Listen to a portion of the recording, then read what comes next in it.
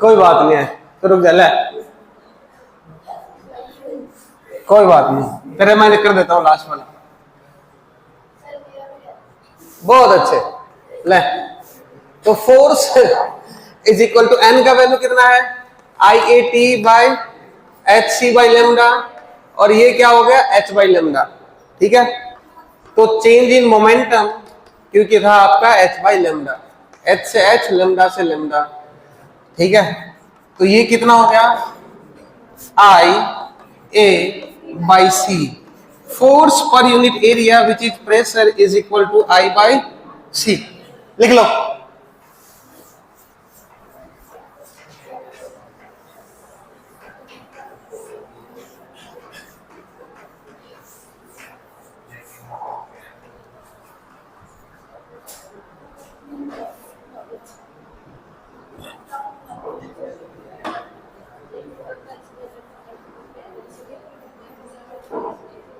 कर लिया क्या,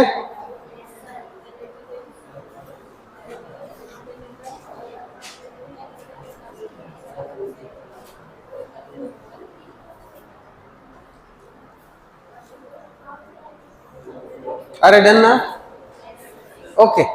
आइए देखिए नेक्स्ट।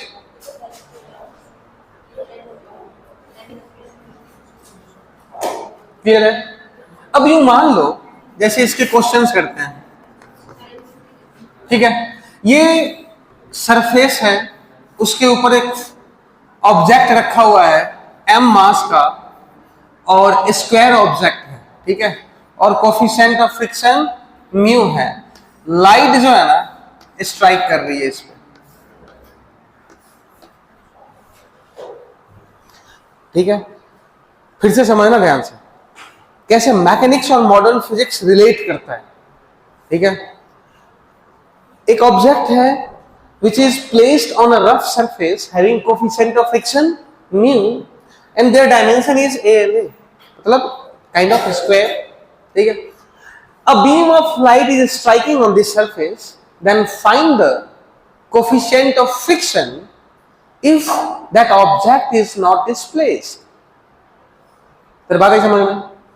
अरे यहां से लाइट स्ट्राइक कर रही है तो फोर्स तो लगाएगी ना, लगाएगी या नहीं लगाएगी, फिर लगाएगी, और ये लगाएगी तो इसको आगे जाना चाहिए ना, नहीं जा रही है, तो कौन रोकेगा, फ्रिक्शन। तो फ्रिक्शन किसके बराबर होता है, म्यू एम जी के, और वो किसके बराबर होएगा, है ना, ये वाला फोर्स के, और वो फोर्स कितना होता है, आई ए बाई सी, ठीक है। तो इंटेंसिटी आई, ए की जगह पे ए स्क्वायर बाई सी, निकल गया, mu is equal to I A square by C M G. मतलब आपको डरने की जरूरत नहीं है ऐसा क्वेश्चन दे दे तो, ठीक है। फिजिक्स पूरा रिलेट करेगा, अच्छा फिजिक्स अगर आप पढ़ोगे तो। चलिए इसका और डिटेल क्वेश्चंस का वीडियो अलग से बना करके डालूंगा, बस इसके लिए आज की क्लास के लिए बस इतना ही। लिख लो, find the coefficient of friction जब वो ऑब्जेक्ट डिस्प्लेस नहीं होएगा।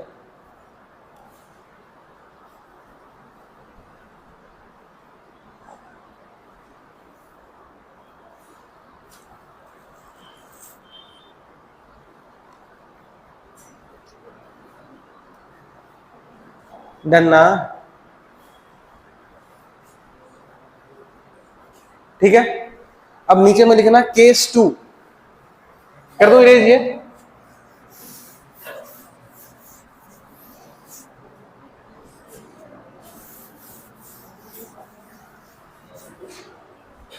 अच्छा केस 2 में क्या लेंगे, अगर वो प्योर रिफ्लेक्टिव सरफेस है, केस 2 क्या लेंगे, case 2 if the surface is pure reflective, ठीक है। मतलब क्या करेगा कि वो रिफ्लेक्ट बैक कर देगा, है ना। तो यूं मान लो कि ये भाई साहब ये सरफेस है, ये रे इंसिडेंट हो रही है, ठीक है, और ये इसका एक्सपोज्ड एरिया है, डन ना। तो इंसिडेंट हो रही है और ये रिफ्लेक्ट भी तो होगी ना, ये रिफ्लेक्ट भी होगी यार। तो रिफ्लेक्ट होगी, तो सबसे पहले आपको बताना है कि चेंज इन मोमेंटम कितना होगा, P फाइनल माइनस P, कोई प्रॉब्लम वाली बात? अरे ठीक है, यही होगा। अब देखना, P फाइनल कितना है, ऊपर की तरफ क्या ले ले अपन, पॉजिटिव, ऊपर की तरफ ले लेते हैं पॉजिटिव, जैसी मर्जी आपकी, जो चाहे वो ले सकते हो। तो h बाई लेमडा माइनस, तो नीचे की तरफ माइनस h बाई लेमडा, तो चेंज इन मोमेंटम कितना हो गया, 2h बाई लेमडा। क्लियर बात है, चेंज इन मोमेंटम कितना हो गया, 2h बाई लेमडा। पक्की बात ना? ओके। अच्छा आप बताओ n का वैल्यू कैसे निकालोगे, n का value, number of photons n, कैसे निकालेंगे, n H C by lambda is equal to I A T, time कितना है 1 सेकेंड, तो n का वैल्यू कितना हो जाएगा, I A by H C by lambda, हाँ या ना? अरे यही बात है, यही आएगा। अब देखो, तो आपको क्या पता है कि फोर्स जो एवरेज होता है वो कितना होता है, N del P by del T. अच्छा, अगर टाइम 1 सेकेंड लेते हैं तो फोर्स एवरेज कितना हो जाएगा, फोर्स एवरेज कितना हो जाएगा, N into del P. Put the value of N,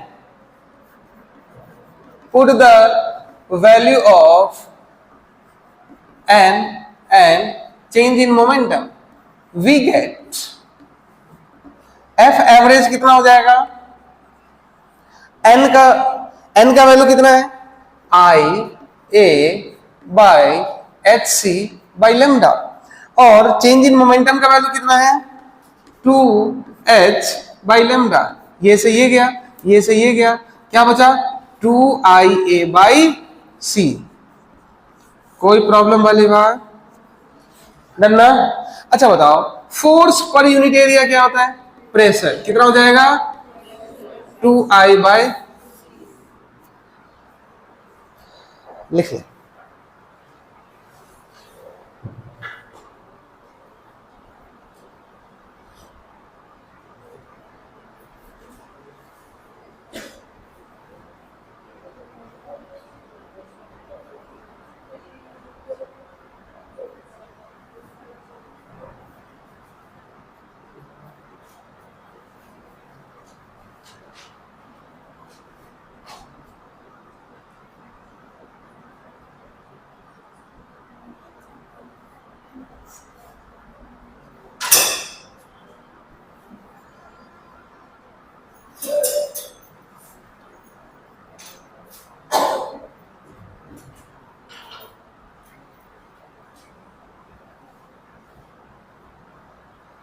done ना?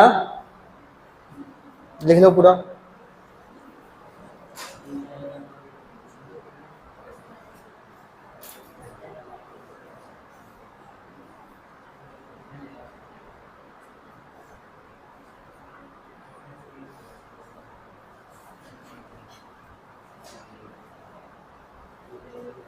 क्लियर है, आगे बात समझ में, बहुत अच्छे।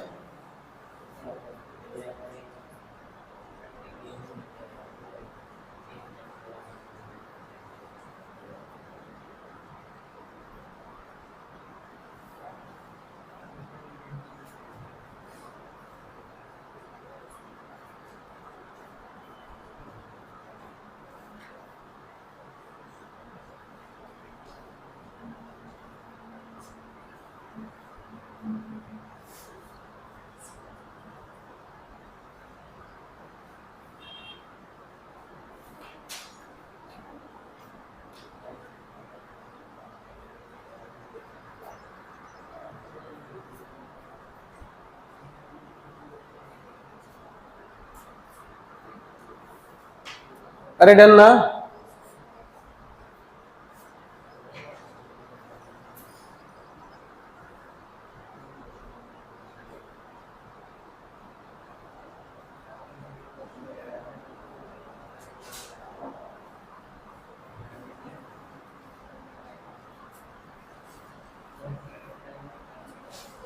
कर दो क्या इरेज?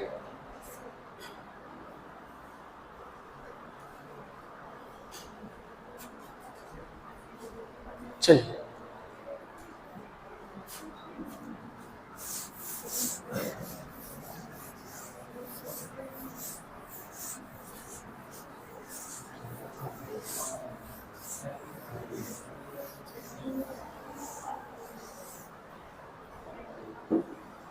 देखो, आपने क्या पढ़ा कि अगर प्योर एब्जॉर्प्टिव है तो कितना हो जाएगा force? I A by C. Pressure कितना होगा? आई बाई, याद रखिएगा ये बात। अच्छा एक बात बताओ, नोट करके नीचे लिखना, अगर ये इंसिडेंट हो रही है तो क्या या तो रिफ्लेक्ट करेगी या एब्जॉर्ब कर लेगी। तो अगर मैं बोलूं absorption plus reflection which will be equal to 1, तो मैं याद करो हीट वाला पार्ट में पढ़ाया था यार, हीट रेडिएशन वाले में absorptive power, reflective power, emissive power पढ़ाया था, वही बात कर रहा है ये, ठीक है। तो एब्जॉर्प्टिव पावर की बात क्या होगा कि जितना एब्जॉर्ब करा पर यूनिट जो इंसिडेंट हुआ, हाँ है ना। रिफ्लेक्टिव पावर क्या हो जाएगा? तो जो रिफ्लेक्ट करा पर यूनिट जो इंसिडेंट हुआ, पक्की बात है। तो ए प्लस आर क्या होना चाहिए? इज इक्वल टू 1 होना चाहिए। ए क्या है? Coefficient of absorption. आर क्या है? Coefficient of reflection. पक्की बात ना। तो अब बताओ फोर्स जो था वो पहले क्या करा था? एब्जॉर्ब करा था, तो ए आई ए बाई सी यही था। उसके बाद क्या करा था? रिफ्लेक्ट करा था, है ना। तो R into 2 I A by C यही रहेगा ना ओवरऑल। तो अगर पार्शियली की बात करें, देखो ना 100% एब्जॉर्प्शन पॉसिबल है ना 100% रिफ्लेक्शन पॉसिबल है, लेकिन ये बात तय है कि दोनों का सम जो होएगा ना वो इक्वल हो जाएगा जितना इंसिडेंट हो रहा है, हाँ है ना, पक्की बात ना। तो ए प्लस आर जो होना चाहिए वो 1 के बराबर होना चाहिए। जैसे मान लो 100 फोटोन स्ट्राइक कर रहा है, तो मान लो कि 30 एब्जॉर्ब कर लिया तो 70 कहां जाएगा? रिफ्लेक्ट कर देगा। तो 30 प्लस 70 मिलकर के कितना होना चाहिए? 100 होना चाहिए भाई। आगे बात समझ में? ठीक है। आप 100% के टर्म्स में करें तो 30% फोटॉन्स आर एब्जॉर्ब्ड। बताओ फोर्स कितना निकाल सकते हैं अपन? तो फोर्स जो भी नंबर ऑफ फोटॉन्स निकालेंगे उसका 30% ही होगा। नहीं यार, पक्की बात है ना। तो ये मैं इसकी बात कर रहा हूं, है ना। प्रॉब्लम के थ्रू और देख लेंगे। अब थोड़ा सा इसको और अगर अपन ढंग से लिखें तो ये देखो क्या लिख सकते हैं अपन? आई ए बाई सी कॉमन ले ले तो 1 प्लस 2 आर यही होगा ना, ठीक है। अब देखो ध्यान से, आई ए बाई सी तो 1 प्लस आर, क्या ऐसे लिख सकते हैं? अरे 2 आर को आर प्लस आर तो लिखा ही जा सकता है ना। अब ये बताओ कि ए प्लस आर किसके बराबर है? 1 के। तो एफ जो होगा नेट कितना आ गया निकल करके?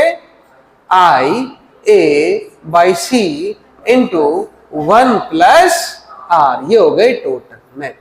अच्छा अब देख, अगर प्योर एब्जॉर्ब कर रहा है, अगर प्योर एब्जॉर्प्शन है तो आर का वैल्यू 0 हो जाए, पक्की बात है ना। अगर प्योर एब्जॉर्प्शन है तो आर का वैल्यू, अगर प्योर रिफ्लेक्शन है तो आर का वैल्यू 1 नहीं आया। तो जैसे ही आर का वैल्यू 1 करोगे तो 2 IA बाई सी हो जाएगा ना, यही तो आपने पढ़ा है अभी। अरे रिफ्लेक्शन में क्या पढ़ा है? फोर्स 2IA बाई सी ना, क्या पढ़ा है? 2IA बाई सी। अरे पक्की बात है, ठीक है। और एब्जॉर्प्शन में IA बाई सी तो आर का वैल्यू 0 कर दो, क्लियर है, हाँ या ना, पक्की बात है। लिख ले, नोट करके लिख लेना। और ये क्या है बेटे? ये इसका एक्सपोज्ड एरिया है। क्या है?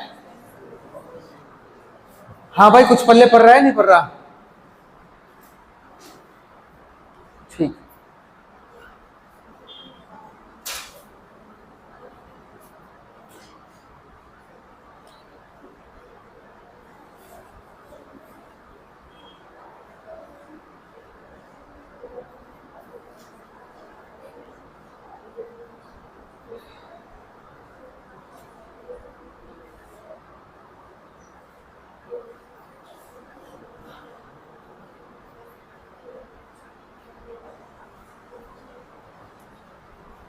आगे बात समझ में?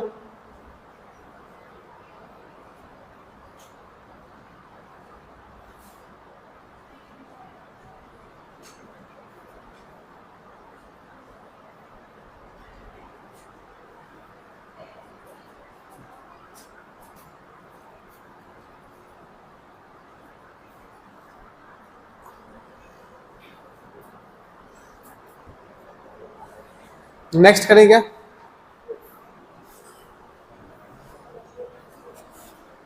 कर दूं क्या इसको इरेज? ओके,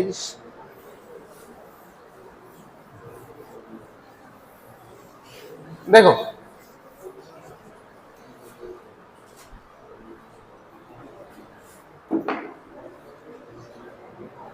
जो लाइट इंसिडेंट हो रही है, जो लाइट इंसिडेंट हो रही है, एरिया क्या लेते थे आप? एरिया क्या होता था? Normal to